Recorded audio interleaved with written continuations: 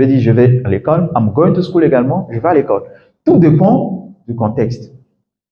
Donc, vous voyez qu'en fait, clairement, on a deux temps qui donnent la même tradition en français. Et le francophone, lui, va rester là, il va dire, oh, tu es en train de lire un document, c'était mon cas. Je lis un document, je lisais un livre là. Je vois, I go to school, je vais à l'école. I'm going to school, je vais à l'école. Après, moi, je me suis dit, oh, donc moi, je vais prendre ce qui est joli là. Je vais utiliser ce qui est joli en fait pour parler tout ça. Est-ce que vous voyez un peu? C'est là en fait le problème des francophones commence avec l'anglais. C'est là.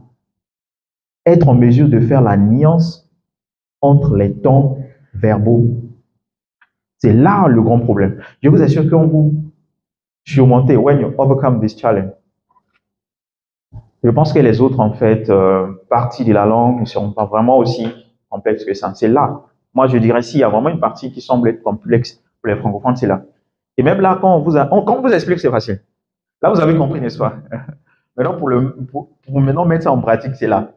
Parfois, tu vas dire ici, tu es mélangé. Et là, ça demande un peu du temps jusqu'à ce que tu puisses faire asseoir ces règles-là et qu'elles deviennent de façon spontanée.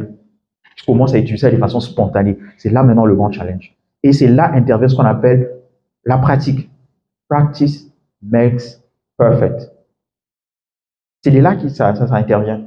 Parce que tu as besoin en fait de faire plusieurs répétitions, répéter, pour pouvoir faire asseoir. Parce que qu'est-ce qui va se passer? Tu as compris ces règles, on t'a expliqué le présent simple. Regardez les temps que nous avons.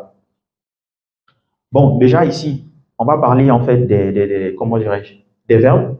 Tout à l'heure, j'ai dit qu'en fait, il y a les auxiliaires, d'accord? Ensuite, on a les verbes ordinaires, d'accord?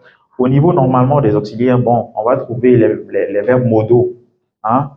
Ils sont également auxiliaires parce qu'ils se comportent également comme des auxiliaires lorsqu'on les conjugue. Au niveau des auxiliaires simples, regardez les auxiliaires simples que nous avons en anglais.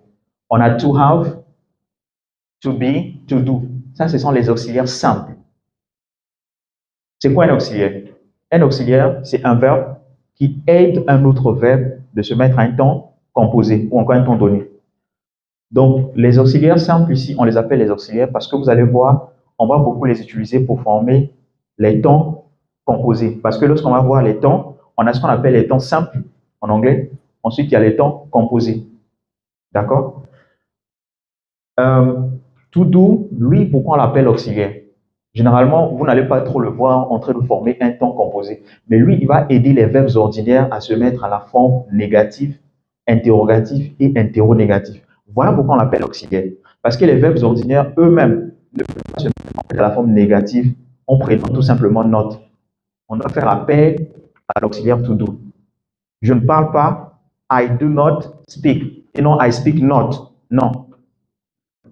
On obtient la négation avec not lorsqu'il s'agit tout simplement des auxiliaires. D'accord? Donc, quand je prends par exemple I am not, je ne suis pas. Pourquoi on a formé la négation ici avec not tout simplement parce que justement, to be, c'est un auxiliaire. Maintenant, plutôt, to et to have,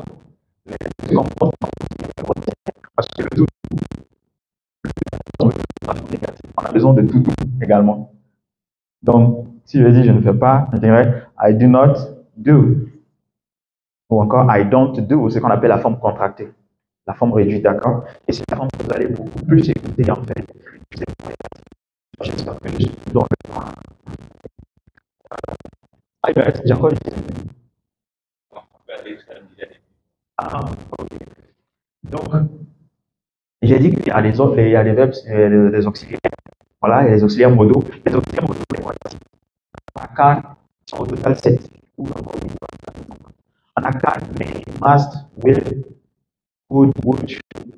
Les auxiliaires modaux, vous allez beaucoup plus les trouver. Je prends par exemple would et should. Ça permet d'avoir quoi? Le conditionnel, d'accord? Vous avez will et shall, ça permet d'avoir le futur, d'accord? Le can, may, c'est le verbe pouvoir, d'accord? May est utilisé pour des formules de politesse, d'accord? Je prends quoi encore? Could. Could, c'est le passé et encore le conditionnel en même temps des can, d'accord? Au niveau des verbes ordinaires, je disais que vous avez les verbes réguliers, ensuite les verbes irréguliers, d'accord? Au niveau maintenant des temps, parce que pour qu'on conjugaison, vous devez comprendre les catégories des verbes, vous savez. Parce qu'il y a une petite nuance en fait dans la conjugaison. C'est ce que j'ai expliqué tout à l'heure, le cas de la forme négative par exemple. Avec les auxiliaires, on aura juste besoin de not. Par contre, les verbes ordinaires ont besoin de do not. Ça, c'est dans le présent. Le passé, on va utiliser did plus not. D'accord? Les temps, on a les temps simples et les temps composés. D'accord?